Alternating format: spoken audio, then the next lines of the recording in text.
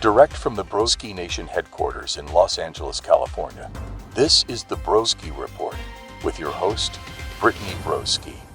Physically fit. I said I'm physically fit. Right? Fantastic. We go to work for 1.5 hour, 2.5 hour, have cigarette for lunch, have watermelon Red Bull for lunch, perhaps have Premier Protein Shake Cafe Latte for lunch, for dinner have cigarette and wine. Physically fit. Hey guys, welcome back to the podcast. No other podcasts are allowed in Broski Nation, only this one. Welcome back, Broski Nation. For reference, before this episode even begins, I'm filming this before Trump's inauguration, so whatever the fuck bullshit went down, future me probably will have some takes on it, okay? But not me right now. This is me as of Sunday, January 19th. And I'm sorry about that, y'all. It's kind of a way. I'm in Paris right now. If you're watching this right now, I'm in Paris right now, okay? Paris, France, that is to say. Not Paris, Texas, which is also a real place. I met you at the blood bank. Right? Doesn't Boniver have a song called Paris, Texas? Or is that... When I met you at the blood... God, I used to sob my fucking eyes out to Boniver. Are you serious? That Twilight soundtrack gave me a personality when I was like 13. Shit. Remember that scene in Twilight where he's at the lab table and the owl wings were behind him? And they were like, I remember my whole family, it was like my aunt and then my cousins, we all were addicted to Edward Cullen. We went to the theater and we saw it, whatever. It was fantastic, just like I imagined it while reading it. And then for the longest time, it was like lore and trivia in our little group of like, well, you know that they positioned him like that on purpose because it's representative. Well, and it's an allusion to it's an angel wing. It's like an angel wing because he has no soul because he's a vampire. Or like you understand that, right? It became this thing. And I don't even know what the fuck if that's real. They did it on purpose. I mean, I'm sure they did it on purpose just to get a good shot. But I don't know about all that. And let me tell you something else. In English class, when they used to make us annotate things and be like, why do you think the author did that? Like, what do you think the author's reasoning behind this was? What does this mean that the author included this in reference to the? It was so deeply analytical, which I'm so glad because it works that muscle of how to think critically and, try to connect dots that maybe other people can't, that sort of thing. I remember thinking, girl, the author never probably would have imagined that we'd be sitting in a classroom dissecting their work, word by word for word, breaking down usage, sentence structure, grammar. Like, I think if I ever wrote a book, if someone studied it, it's not that deep. You know what I mean? I mean, it's deep. It's that deep. But as far as like why I place certain words in the sentence versus, sometimes it just sounds better. Sometimes it just sounds better, and sometimes I don't know, I always think about that. Like, these insanely famous novelists, was everything that intentional as, like, school teachers would make us believe? Me questioning the deep state of teachers. What are they trying to get through? What's their goal? Teachers, I don't trust them. What's their goal? They're a ragtag crew, not to be trusted. They're like pirates, teachers. Yeah. Anyway, random word generator is what we're doing today. Because give me half a syllable of a word, and I'll be like, it's funny you mentioned that because I was thinking about this the other day. I mean, genuinely, I watch these back sometimes, and I'm like, how the ever living fuck did I connect point A to point Z? To point Z. What's Zedd's biggest song? That one with Ariana Grande? This is the pop in the day I know as long as I've been before. Yeah, break free. I'm a freaking genius. What else do they have? If our love's insanity, why are you my clarity?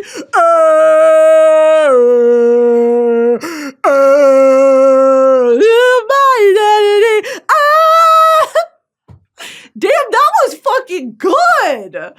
Wait, that was good. Wait. You're mad. You're mad that I just killed that. Zedd, is he the one that died? No, Zedd didn't die. Zedd, if you're looking for a live, if BB Rexa, who sings this? Who sings Clarity? Who sings If Our Love is Clarity? Why are you my clarity?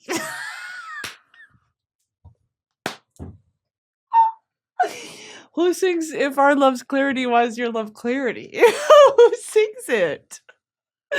Who sings It's Going Down, I'm Yelling Timber? You better timber, you better timber. Who the fuck? Kesha was so important to me in 2009. Kesha was there wasn't a more famous person on the planet to me in 2009. Actually, I'm lying. Justin Bieber existed. It was Justin Bieber and Kesha.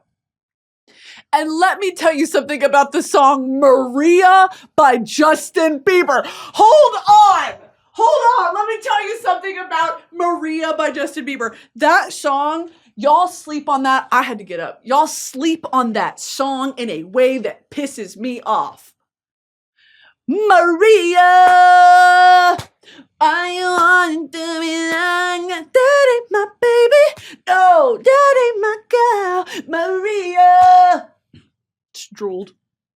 That song is so good. The ad-libs that motherfucker does at the end of that song chills down my spine every time I hear it. And that song's about him not being a baby daddy. That is so, the intro of that song's like, Justin Bieber accused of, like all these news headlines.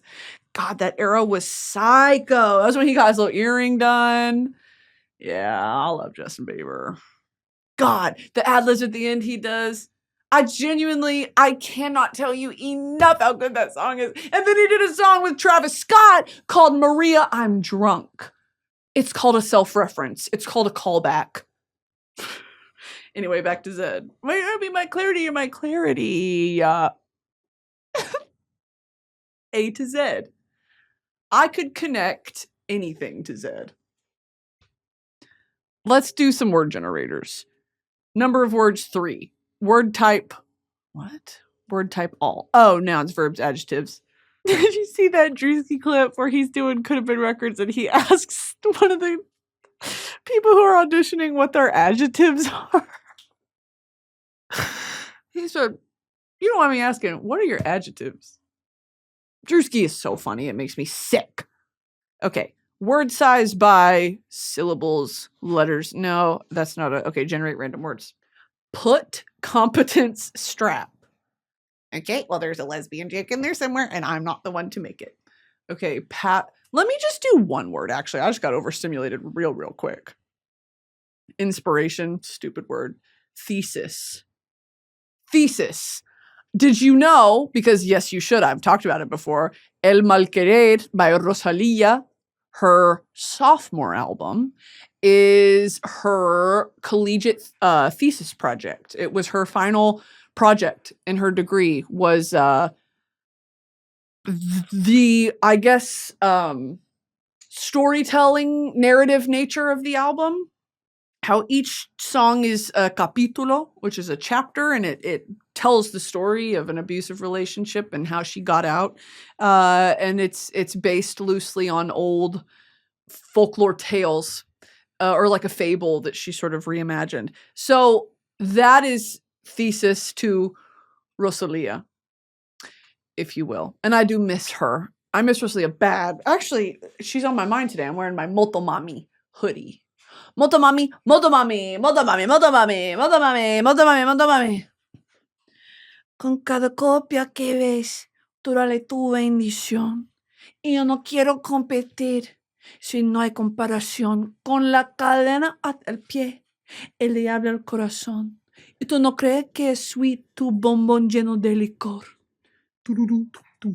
Okay, I'm going to do 2 words, and I'm going to connect them.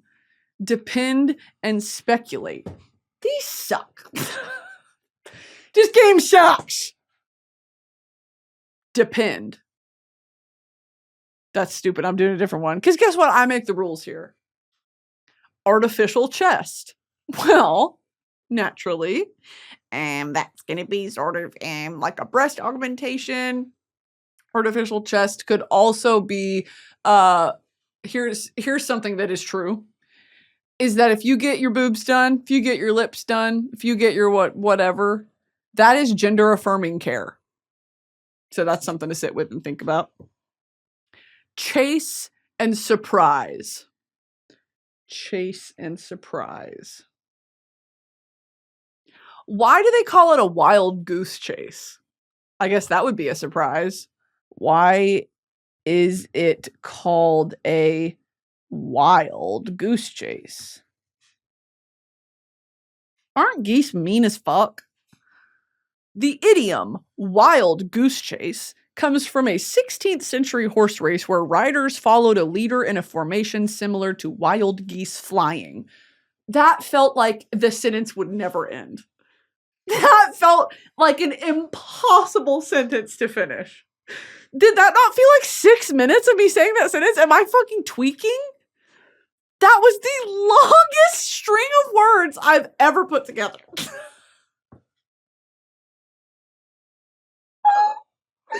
Holy shit. I mean, I've never been more focused in my goddamn life than reading that sentence.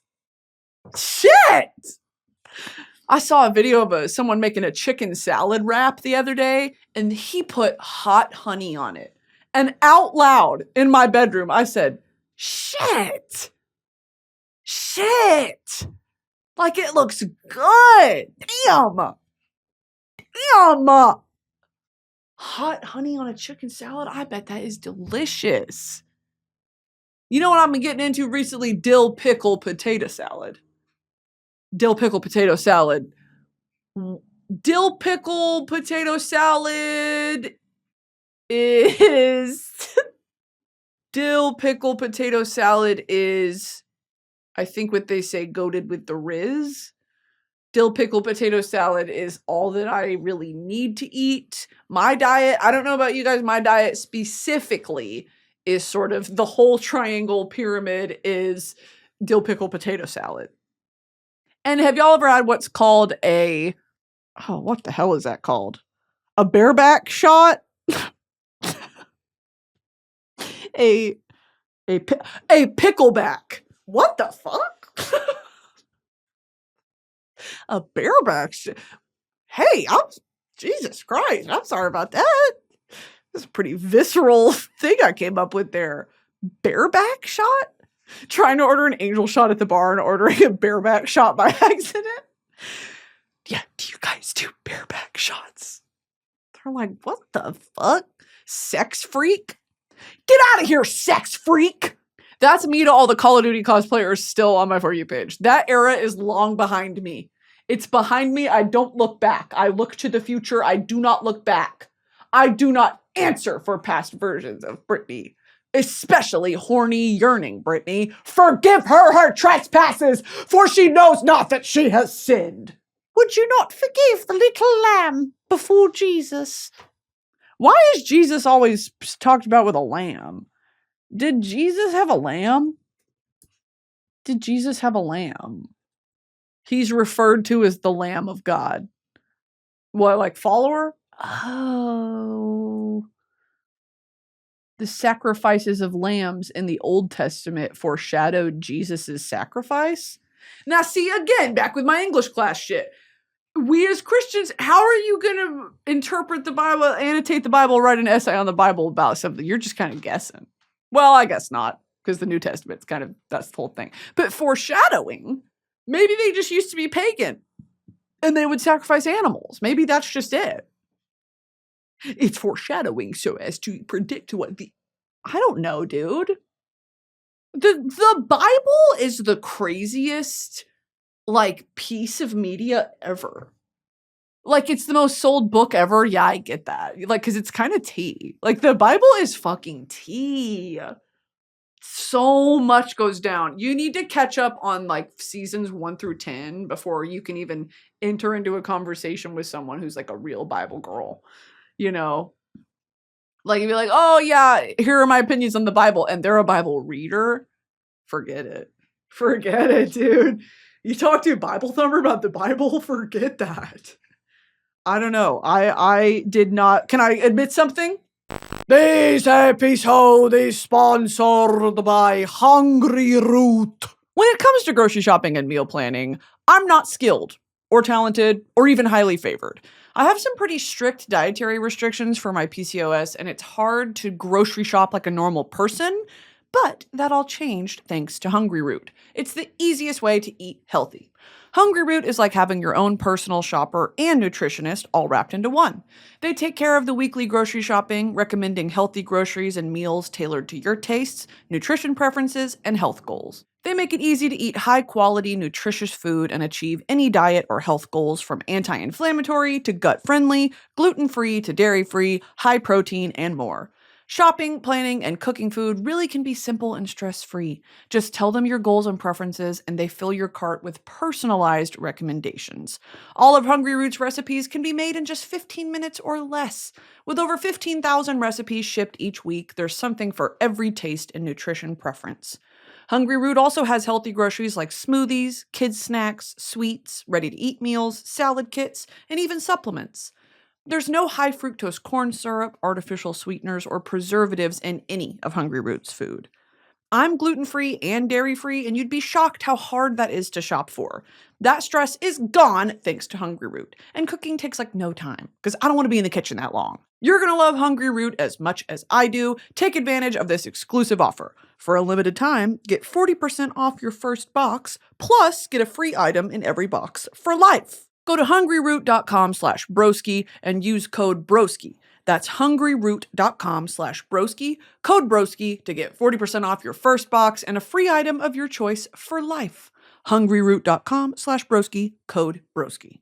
This episode is sponsored by Stitch Fix. The new year is busy enough. Why add the stress of shopping?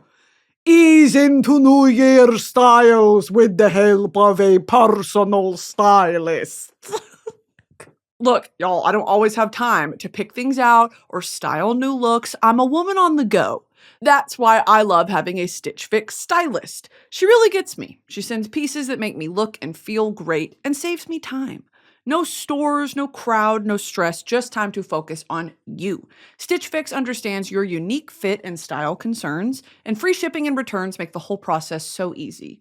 Your body changes, your style changes. Stitch Fix makes it simple to embrace your fit and style goals with confidence. My stylist sends pieces for my ever-evolving style preferences.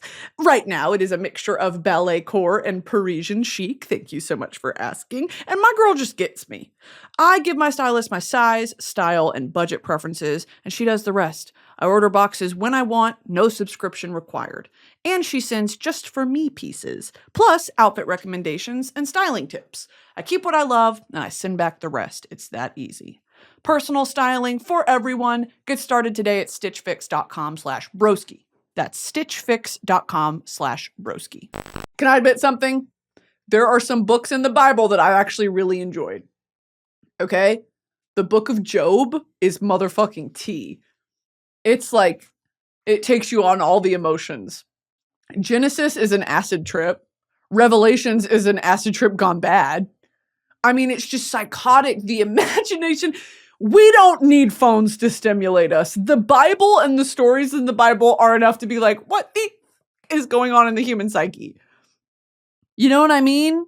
I guess they're supposed to be firsthand accounts, right? What if it's like Aesop's Fables? What if the Bible is a missing Aesop's Fables volume? You know how all the Goosebumps books used to be like in a series? What if that's just one? Like the Bible was just part of all of Aesop's Fables. And someone was like running through the castle trying to loot it, and they like stole only that portion, and it's the Bible that we know today. And they're like, oh shit, I left the others behind. I think about that all the time. Christians were persecuted for a long time. Who's to say that some more important texts weren't burned or lost or destroyed on purpose? You know, we talked about this one of the other episodes where you guys called me and I quote, fucking idiot, because I did not realize it didn't click for me that Jesus was alive during the Roman times. Okay, which when you think about it, makes total sense. I just didn't connect them because I've always thought of Jesus as a holy timeline that did not exist here on earth. Forgive me, pardon me, my Christian biases. Unlearning is a continuous process, okay? So, when we were talking about that, you know, if you're living under the Roman Empire, who controls the flow of information and news and whatever, like everyone's essentially living under slavery. You submit or you die. Like, how would you, I don't know. How would you know the truth? That's always been my question since I was like young and in vacation Bible school. How do you know that's true? And that's the whole point, is that you don't. And I was too, I guess, literal to realize that is what faith means. Because if something is real and tangible, you don't need to have faith in it. I mean, you can, but that's a different sense of the word, a meaning of the word. Like, to have faith that this thing is there and it's omnipotent and it is looking out for you. You know, I remember even being that young thinking, why would God care about me? You know, like, I'm fine. Like, there are so many other people who probably need help more than me. You know, why do you care? Like, oh my God, the guilt goes so deep. Because I still think about this sometimes. Or I remember praying when we would be in church of like, you know, now bow your heads, we're all going to say our prayer. And like asking for something and feeling guilty for it. That's just crazy how deep it goes. Anyway, Lamb of God. Did Jesus have a lamb? John the Baptist called Jesus the Lamb of God. Isaiah prophesied that Jesus would be brought as a lamb to the slaughter. Why do people what is the sacrificial significance? What is the my fault. What is the significance of the sacrificial lamb? This is such a great painting. Who did this? Francisco de Zurbarán. He was Spanish Baroque. It's housed in the Prado Museum in Madrid. Oh, I might have seen this before in person. 1635. Look at that detail for 1635. That is psychotic. Amazing. I mean, really take a second to look at that. Audio listeners, this is a painting of a lamb that's had all of its limbs tied together around the ankle, and he's like slumped on the ground. And it's a very dynamic image. Like, it's visceral. And you also know like what this means and what's about to happen, you know? The texture of the wool is crazy. 1635. Think about how long ago that was. No even semblance of a photograph or technology, not for another 200 and some odd years. And they're painting with this level of accuracy and detail. If I could go back in time to any period, I think I would want to be in like either 18. No, I take that back. Actually, why would I bring this up if I didn't have an answer? You know what I mean? Why would I suggest it if I didn't have an answer? I'm sorry to you guys for that. I'll apologize to you guys for that. I feel god awful. If I could go back in time. Because I'll say a few different options, but just know that I'm lying. I don't mean any of these. Pirates of the Caribbean times, okay, like 1760s. I would go back to there, like in some little seafaring town in the Iberian Peninsula, okay, and here goes our pirates. But then again, I take that back because I would have been terrified and I probably would have been killed. And it probably would have smelled like shit. Another one I was about to say is 1890s London. Okay, I don't mean this one either, because the 1890s in London was like the Industrial Revolution, essentially.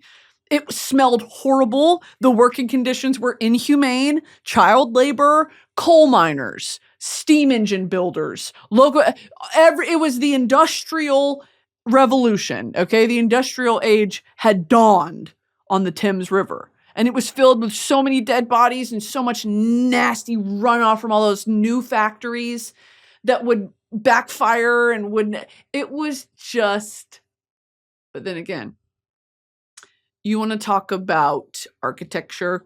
You want to talk about fashion. You want to talk about a society with customs. You know what I mean? A rigid society with customs. I think it would be insane to like just be an observer. I'd be like, damn, y'all really had it like this. You know what I mean? I would have met Sherlock Holmes, okay? I would have convinced him somehow by my wit and charm and intelligence to bed me. I have his child. We create the next Elon Musk. He's a progressive. He takes over 1910s London. Okay, stay with me. We don't have a Victorian period. We have a Broski period. My great-great-grandmother Broski, Lady Broski, if you will, gave birth to my great-grandmother. And down the lineage, that's why my lips are so small. Okay? So I just wanted to go into that background to explain to you guys, why my forehead's so big and my lips are small, it's because of that. So it's just genetics. Anyways, back to this painting of the Sacraficial Lamb. If y'all have a chance, Google it today. It's called Agnus Dei, Agnusdei. And it is a simple still life, but not still at all. You know what I mean? This picture is filled to the brim with emotion, detail, and significance. So just go ahead and throw that out there. Now we're going to go back to my initial Google search, which was the Sacraficial Lamb. What is the significance? I fear I've gone down a Wikipedia rabbit hole. Okay, I'm trying to get to the bottom of why lambs are the sacrificial animal of choice. And what I've been able to pin down is that it's just loosely tied to Abrahamic religions, which is Islam, Christianity, Judaism, right? Those are all Abrahamic? The Abrahamic religions. Judaism, Christianity, Islam. I am the smartest person in this room. Okay, here's what I've landed on after that. The Passover sacrifice, also known as the Paschal Lamb or the Passover Lamb, is the sacrifice that the Torah mandates the Israelites to ritually slaughter on the evening of Passover and eat lamb on the first night of the holiday with bitter herbs and matzo. Yum. You know, I'm looking more for like, what is the significance of a lamb in particular? Was that just what they had around? Is there some, proposed purity and innocence because they're a white animal? Like their wool is white? Like what is I don't know. You know what I mean? I'm not really connecting the dots here. But what I did connect the dots to is wild goose chase to sacrificial lamb. So that should be applauded. And y'all should really be more willing to give me credit for what it is I do here. Okay, because that was impressive. Did I connect the two? No, not really. But I would say that a sacrificial lamb is a surprise. Surprise! Me when I get a sacrificial lamb at my birthday party. You guys shouldn't have me. To be loved is to be seen. Okay. Topic generator. Excuse me, miss. Actually, you want to know what's been stuck in my head? We like the boys up top from the BK. Know how to split that money 3 ways. Always riding big on the freeway. And that East Coast slang got us country girls. We like low-cut tapes with the free waves. Know how to snatch up your Beyonce. If your status ain't hood, I ain't checking on. Gotta be D if you're looking at me. I need a soldier. That's my favorite Destiny Child song. Random word generator. Sip and colony. Okay, let's talk about this. How the Jamestown colony was what modern politicians would describe as a terrorist attack. Jamestown was a motherfucking terrorist attack on the native population that lived here. And I'll die on that hill. Jamestown and any of the Puritan settlers, the initial settlers, they brought disease, war, and destruction And if that ain't the history of this nation, let me tell you something. What did I connect? Sip and colony. Sip. Sip.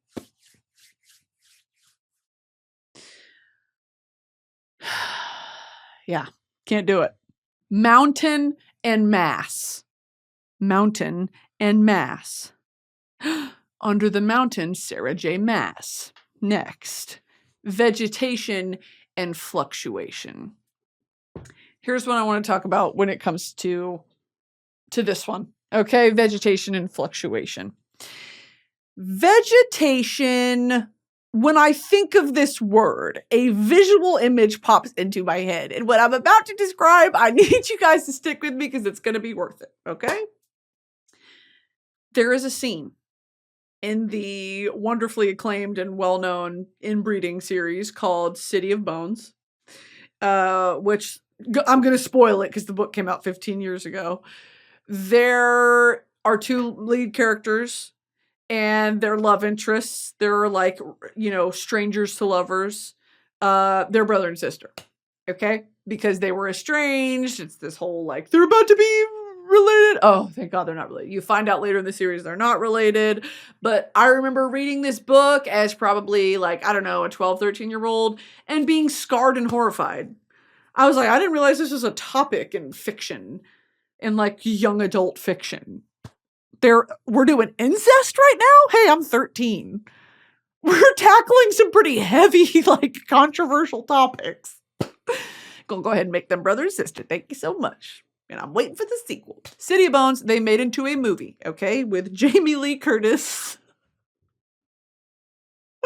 With Jamie Lee Curtis and Emily in Paris, okay? And they were both in the movie, and, their brother and sister. Not Jamie Lee Curtis. Jamie Lynn Spears. Jamie Lynn Bauer. Jamie Campbell Bauer. Fuck off!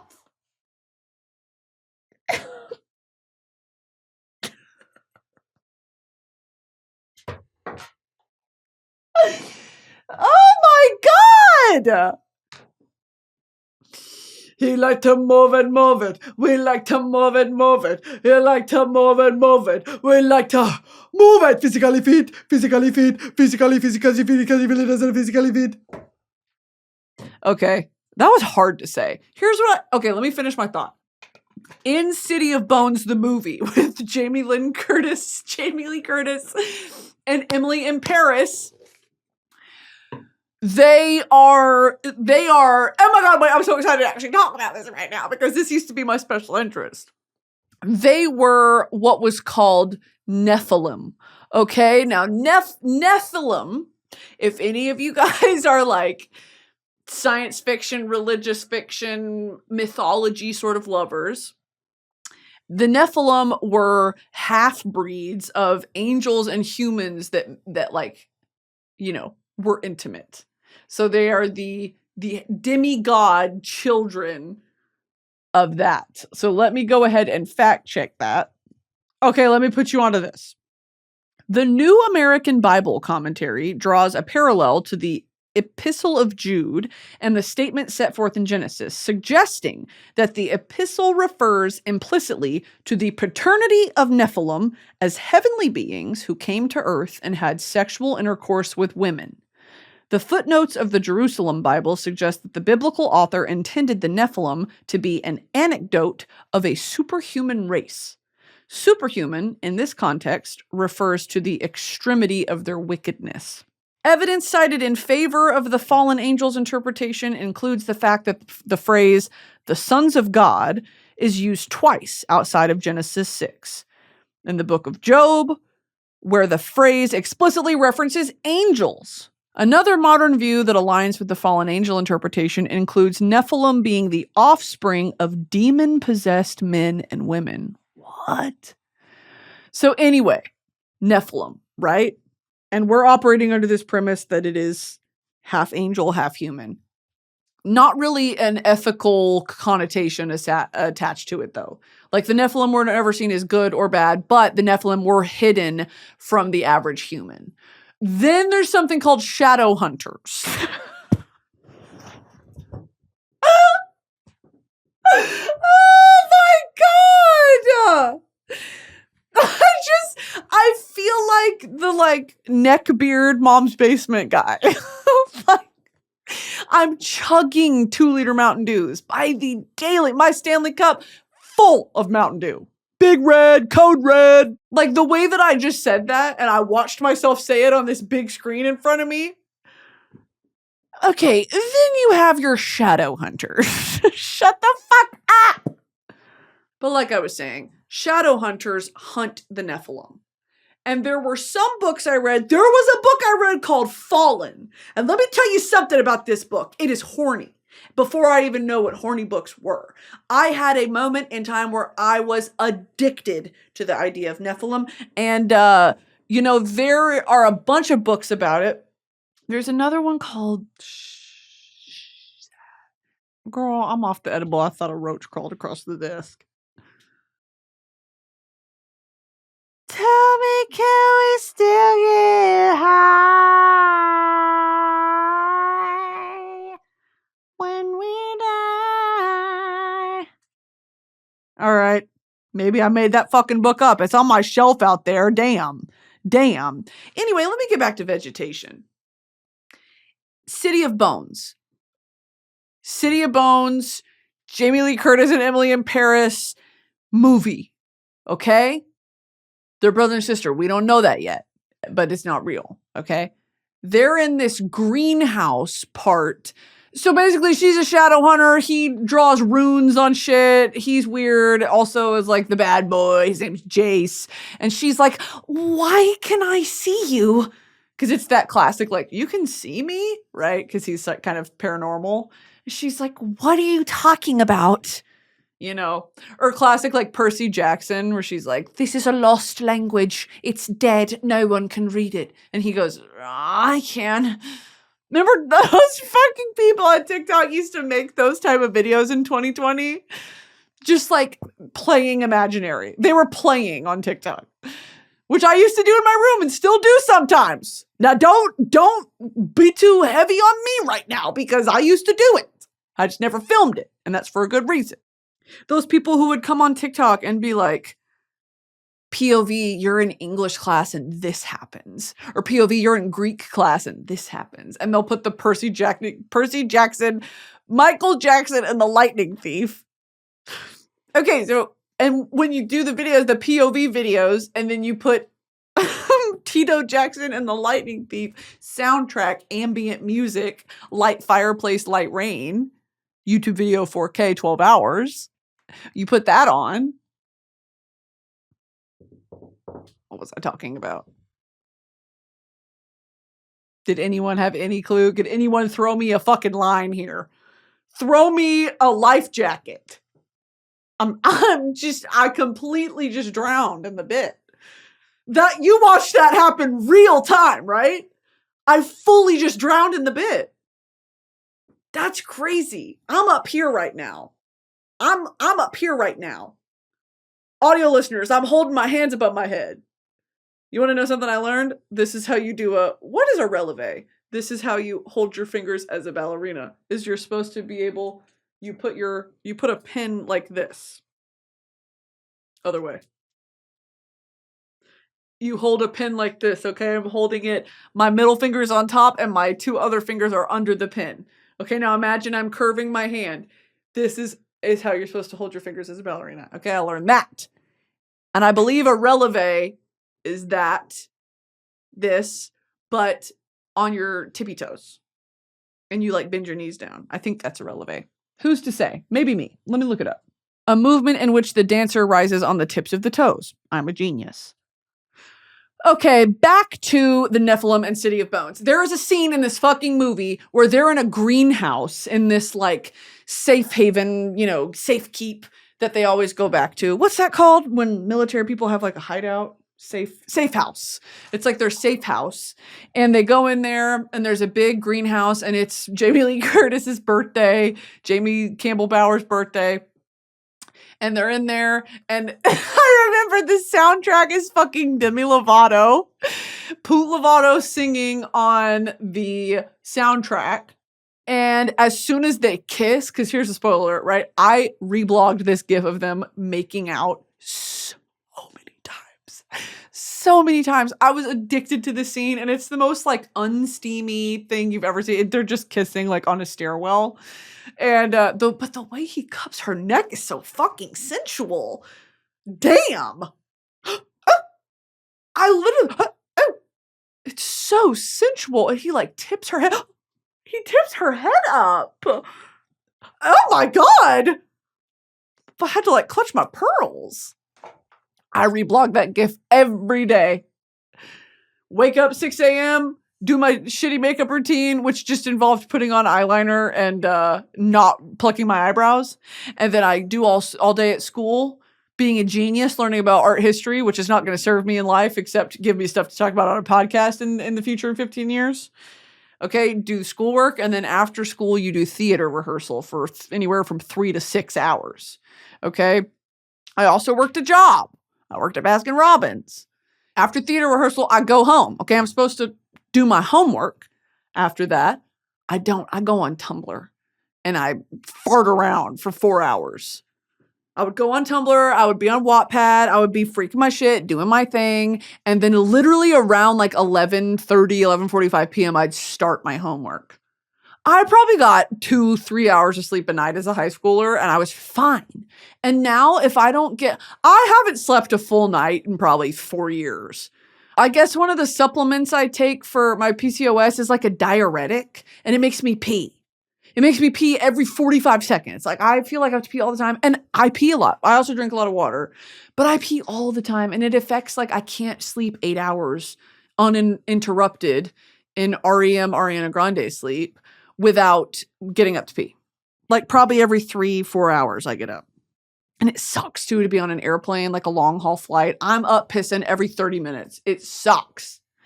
So I don't know what's going on there, but, yeah, I would reblog that GIF of them kissing a lot. Holy shit. Okay, so I talked about it. I talked about the scene of them kissing. I reblogged it. I would, reserve probably for a good, like, month there in high school. About an hour and a half after school and rehearsal would be reserved for looking at that GIF, thinking about that GIF, reading about that GIF. It was a lot. This episode is brought to you by Tinder. A new relationship starts every 3 seconds on Tinder. You heard me. Every 3 seconds. And some of those relationships start with moments you don't see coming. Ever underestimated that 3 chili peppers on a menu? The waiter said it wasn't that spicy, but they had lied. Your date felt so bad, they took you out for ice cream to cool things down. And what started as a spicy disaster turned into the cutest Tinder date ever, okay? Minus the bathroom trips. It sucks to be wrong about your spice tolerance, but it's great to be wrong about Tinder. Explore all the possibilities for yourself on Tinder. It starts with a swipe. Download Tinder today. Let's do one more random word generator. My 2 words next are O and ballet. Yeah. Let me rant about ballet. Yeah. I'll talk about ballet. Fine. Don't yank on my little penis. Don't yank on my penis.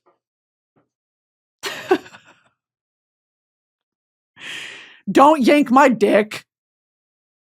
Sorry, that didn't feel right coming out of my mouth. You know what I mean? Didn't feel good at all for anyone involved. I don't think. I'd like to apologize up front for saying dick. Well, dick's funny, but not like that. I didn't, Where do you think yanking my chain comes from? Like, you gotta be yanking. Are you yanking my chain? Etymology is my passion. Etymology is my passion. It's what I think about a lot. It's where my mind always goes. Don't go changing. You want to know my song of the week? It's from the Shrek 2 soundtrack. And it's I Need a Hero. And it's not the fairy godmother version. It's summer after midnight in my wildest fantasy. Trying to just beyond my reach. Someone looking back for me. And an arrow I know upon a fiery steed.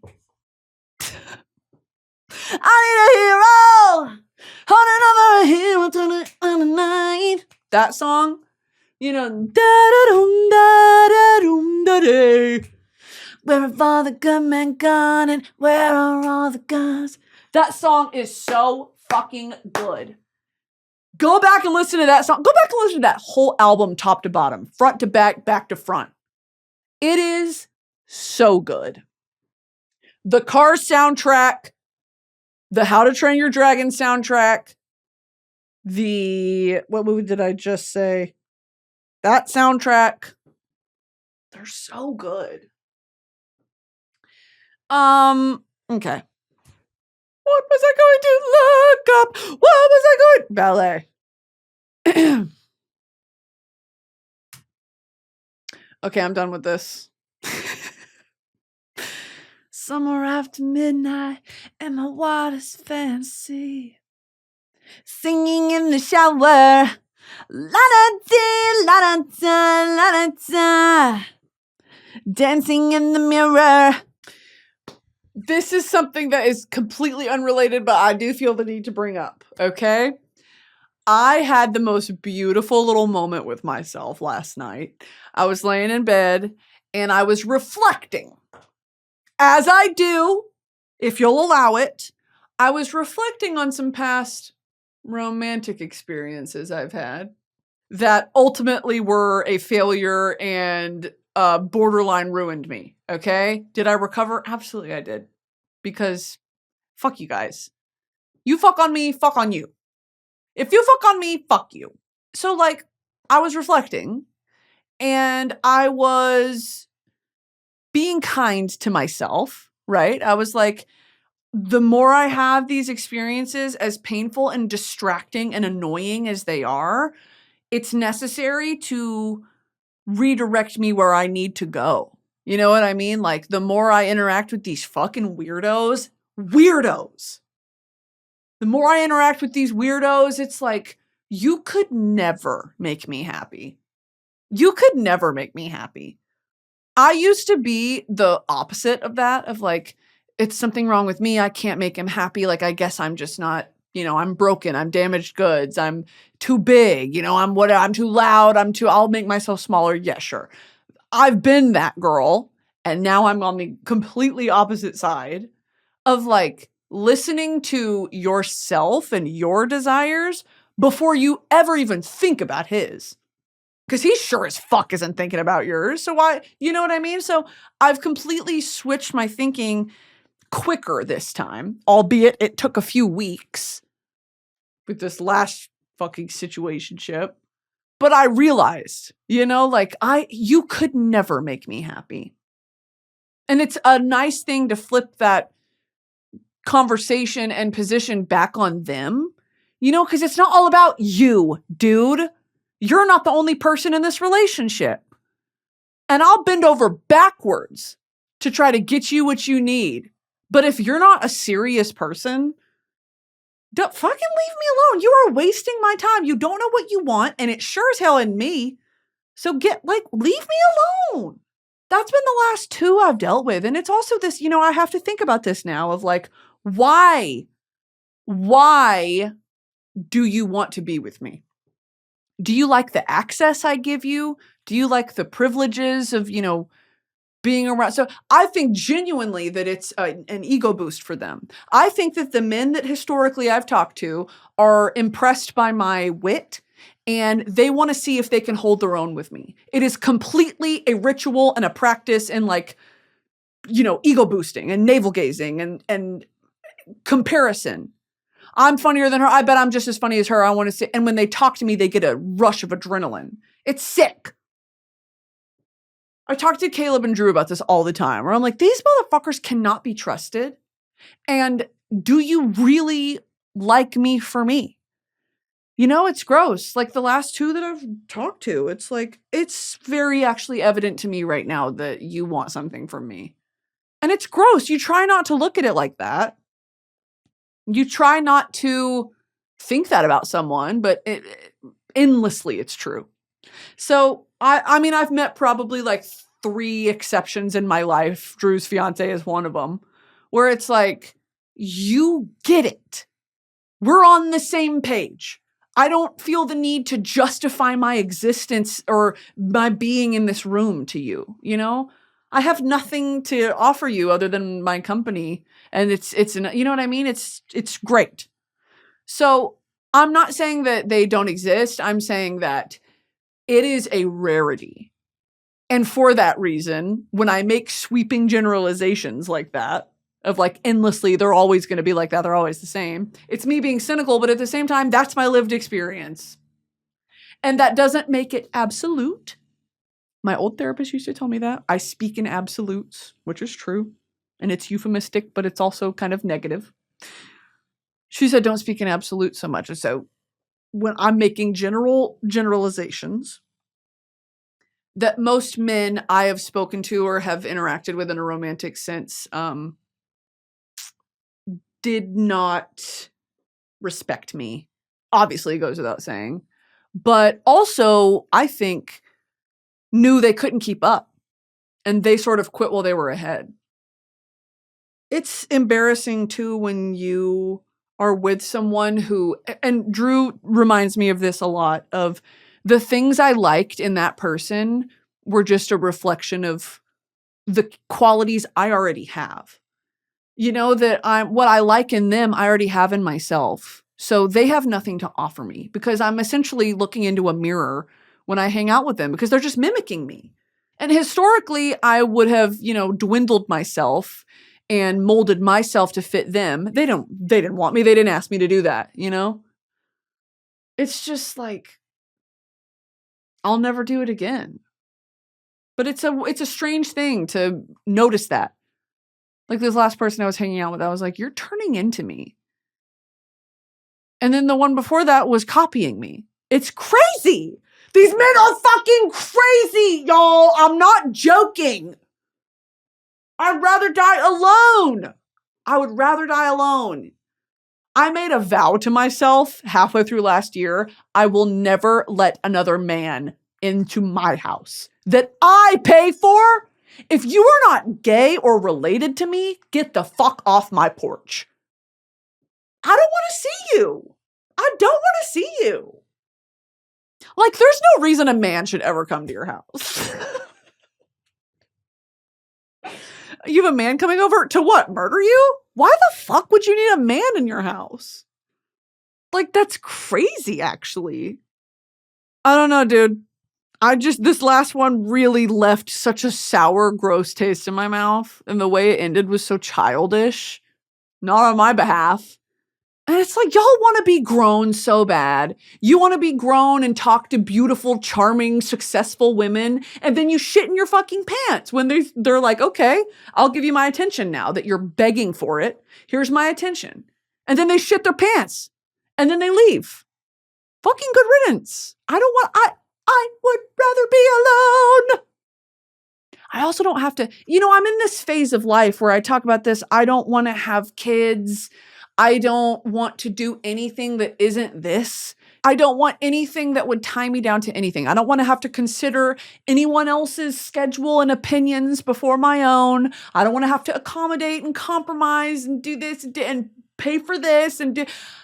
I'd rather be alone. Like, I realized that pretty quickly. I would love, sure, to find someone, but I like my stuff very particular. You know what I mean? Like the candles I want to burn, and if I want to leave dishes in the sink, I'm going to do that. But at the same time, the house needs to be generally clean and picked up. It's little things like that. Like I leave my toothbrush and toothpaste like on the counter. Are you someone that's like, dang, I can't be I don't know. And I don't want to have to think about it, and I don't want to have to share my space. So, my message being, I'm totally fine being alone. And I can finally say that and mean it. Like, I mean it. I am fine if I'm alone. I like being alone. I like my me time because I get to recharge and I get to do the things I want to do. If I want to read my Kindle for 8 hours straight, I'm going to do that. Don't talk to me. Don't look at me. Don't bother me. Stop breathing so fucking loud. Like, literally go sleep on the couch. You know what I mean? Because that's another thing. I'm not moving in with a man into his home. Fuck no. No. You will have to rip me away from my room and my living room couches. But I start biting him. I don't want to leave my house. I love my house. I love being alone in my house. Get out of here. Why are you here? Anyway. Yeah, man, that's how I feel. Like right now in my life, because I lived with a man for about a month over the summer. Y'all don't know the lore. Y'all don't know my lore. And you never will. And you never will. Yeah, I lived with a man for like a month. That shit was weird. Like, ew, you don't wash your hands after you pee. Y'all are so gross. And it's the mindless shit too. Like just leaving things everywhere, not wiping the counter if it's wet, if you spilled something, leaving it. It's like, aren't you? So I'm getting stressed out, worked up about a relationship I'm not in. Okay. So that'll do it for me this week, guys. I love you guys. Y'all be good. Go listen to that song. Go listen to Shrek 2 soundtrack. Please, for the love of God, the Shrek 2 soundtrack. Let me tell you something too. This is not going to be the last time I mention Shrek 2 in the weeks to come, in the months to come, years to come. Shrek 2 is an evergreen topic that I will continue to sing its praises. Thank you, Lord. Hallelujah. Okay, y'all. We'll see you next week. If you want a Broski Report hoodie, go to broski.shop. You want a muumuu, slippers, broski.shop. Thank you, guys. Royal Court comes out pretty much every week. So go check that show out, okay? It's a cute little indie girl. She directs it and she stars in it and she writes it. It's, it's like an indie little project. So go check out Royal Court. And then everyone leave a comment under this video that says, when we die, tell me can we still get high? Fuck that. I forgot what I was saying, but Andor season 2 comes out this year, I'm pretty sure. Lock in. If y'all haven't seen Andor season 1, go watch it right now and listen to the Shrek 2 soundtrack now. Okay. Love you guys. Bye.